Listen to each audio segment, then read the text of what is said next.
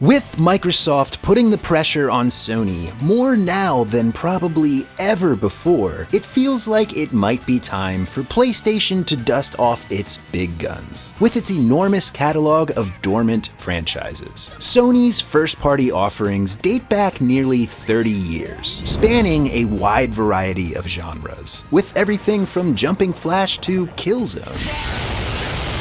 We know for sure that some of these PlayStation relics are soon set to return, but there's still plenty that haven't seen a new entry in decades. With some wishful thinking and some good old-fashioned internet rumors, this is a look back at the PlayStation games of yesteryear that need to make a comeback.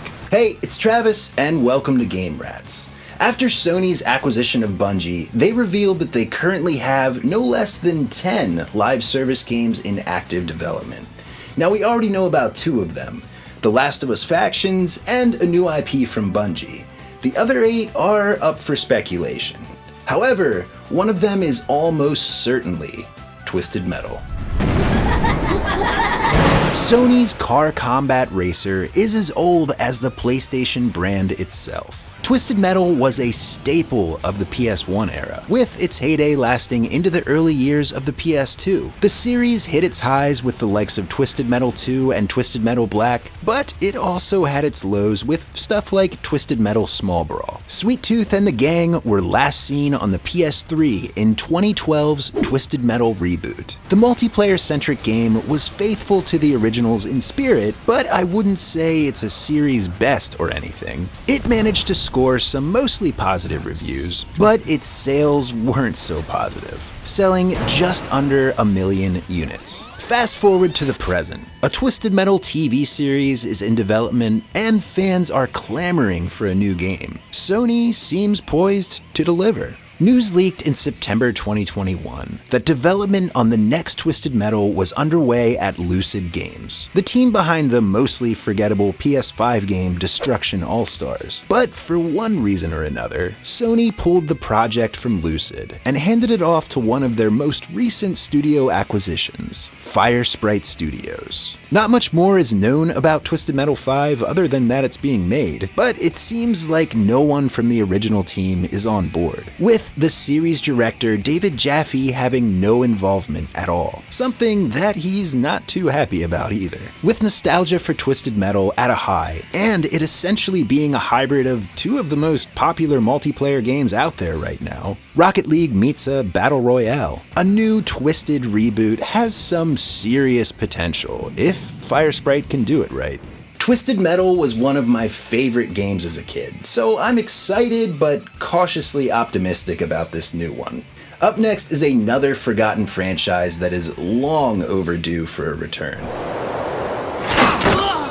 Oh, SOCOM, please come back. Beginning on the PS2 back in 2002, Zipper Interactive's SOCOM US Navy SEALs was at one time PlayStation's flagship multiplayer game. Before Call of Duty even made its debut, SOCOM offered intense squad-based multiplayer gameplay, along with a tactical stealth action single-player campaign. The series has spanned 4 entries on the PS2, a few surprisingly good spin-offs on the PSP, and 2 PS3 games. SOCOM Confrontation and the series' final entry, SOCOM 4, released on April 19th, 2011. If you don't know, this is a very significant date because just one day later, the PSN was shut down. Sony was hacked, and the PlayStation Network was crippled for a grand total of 23 slow and painful days. The hack claimed no greater victim than SOCOM 4, besides your personal information and credit card number. SOCOM's appeal had been meandering for a while, leading up to its 4th entry. This game was supposed to be the series' return to form, with its original developer, Zipper Interactive, back in the driver's seat. However, the game's mixed critical reception and its multiplayer being completely unplayable at launch meant that it was basically dead on arrival. SOCOM 4 failed to meet sales expectations, and later, Sony shut down Zipper Interactive after the release of their final game. Unit 13 on the PS Vita. Today, Sony absolutely needs a multiplayer shooter in its arsenal of first-party console exclusives. I mean, I guess they do have Predator Hunting Grounds, but I don't know. PlayStation hasn't had a proper multiplayer shooter of its own since Killzone Shadowfall, all the way back at the launch of the PS4. With SOCOM 4 not really getting a fair shake and fans now having had enough time to truly miss the series, it's primed for a comeback now more than ever. Its reemergence would stand out not only within Sony's catalog of open world and pseudo-open world exclusives, but within the genre as a whole. Besides some supposed insider speculation, there aren't any concrete details about SOCOM's return, so don't get too excited.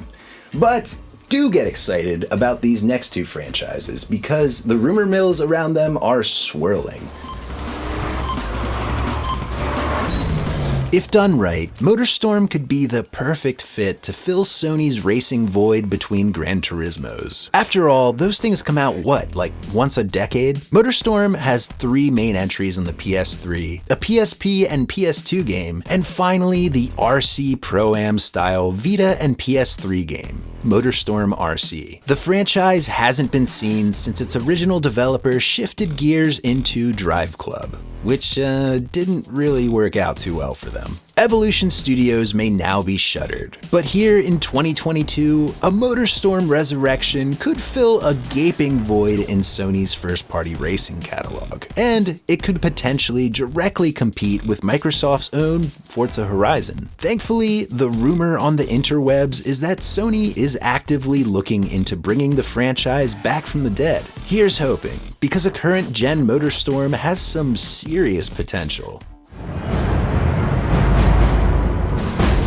Resistance: Fall of Man was easily the best game to come out of the PS3's rocky launch in 2006. Insomniac's second foray into the FPS genre, after 1996's Disruptor, was a massive departure from the Burbank Studios' previous work. Spanning 3 mainline entries and a PSP and Vita spin-off, Resistance showcases an alternate history take on the 1950s in which humanity is under attack by an alien race known as the Chimera. Along with their single-player campaigns, each entry features respectable multiplayer efforts, with Resistance 2 allowing 60 simultaneous players at one time. Arguably, the series' best entry was 2011's Resistance 3, and its worst being 2012's Resistance Burning Skies, the last Resistance game to exist. Again, much like SOCOM, if Sony were to resurrect Resistance, it would diversify their first-party offerings as well as help to fill the multiplayer void that they are currently in. Throw in a campaign from Insomniac that can rival Sony's best AAA games, and you've got a winner. The only thing is, how could Insomniac ever find the time to do it? With Spider-Man 2, Wolverine, and most likely another Ratchet in the works, it may be best handled by another developer in Sony's staple. Maybe Sony Bend? I mean, they already worked on the PSP game Resistance Retribution.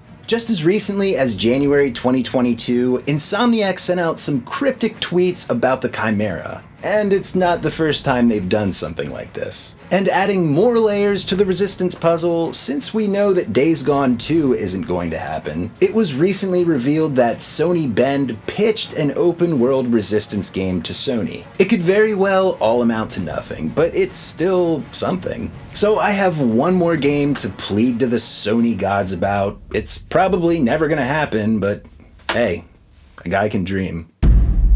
If you haven't played 2012's Tokyo Jungle on the PlayStation 3, do yourself a favor and play it, because there's really nothing else like it. The game is kinda difficult to sum up, but I'm gonna try it anyways. It's an arcade-style, post-apocalyptic survival action game, in which human beings are extinct. Well, except for this guy. In humanity's absence, Tokyo has been reclaimed by nature, leaving warring species of animals to fend for food, water, and territory. In either 2-player co-op or single-player, you begin at the bottom of the food chain as either a Pomeranian or a baby chick. In order to work your way up the natural hierarchy of things and unlock new animals, you'll have to complete ranked challenges within the confines of a time limit, all while ensuring your bloodline mankind's survival by finding a suitable mate and hunting for a continuous supply of food. The series was last seen in 2013 with Tokyo Jungle Mobile on smartphones and the PS Vita. Now, I don't think a return to Tokyo Jungle will break any sales records or anything like that, but a current gen version would almost certainly be a critical darling. And in today's fully evolved meme Twitch culture, I think it has plenty of viral potential. I mean, just look at stuff like Bug Snacks or Untitled Goose Game for comparison.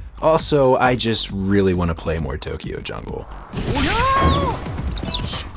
Unfortunately, the devs behind Tokyo Jungle Studio Japan were dissolved by Sony in 2021. So even though the game was a pretty big hit in Japan, it's probably not going to be coming back. Now there's still a bunch of PlayStation IP just sitting around collecting dust waiting to come back. But this is all I have for this video. So maybe I could do a follow-up if you guys like it. Let me know. Anyway, thanks for watching and see you next time.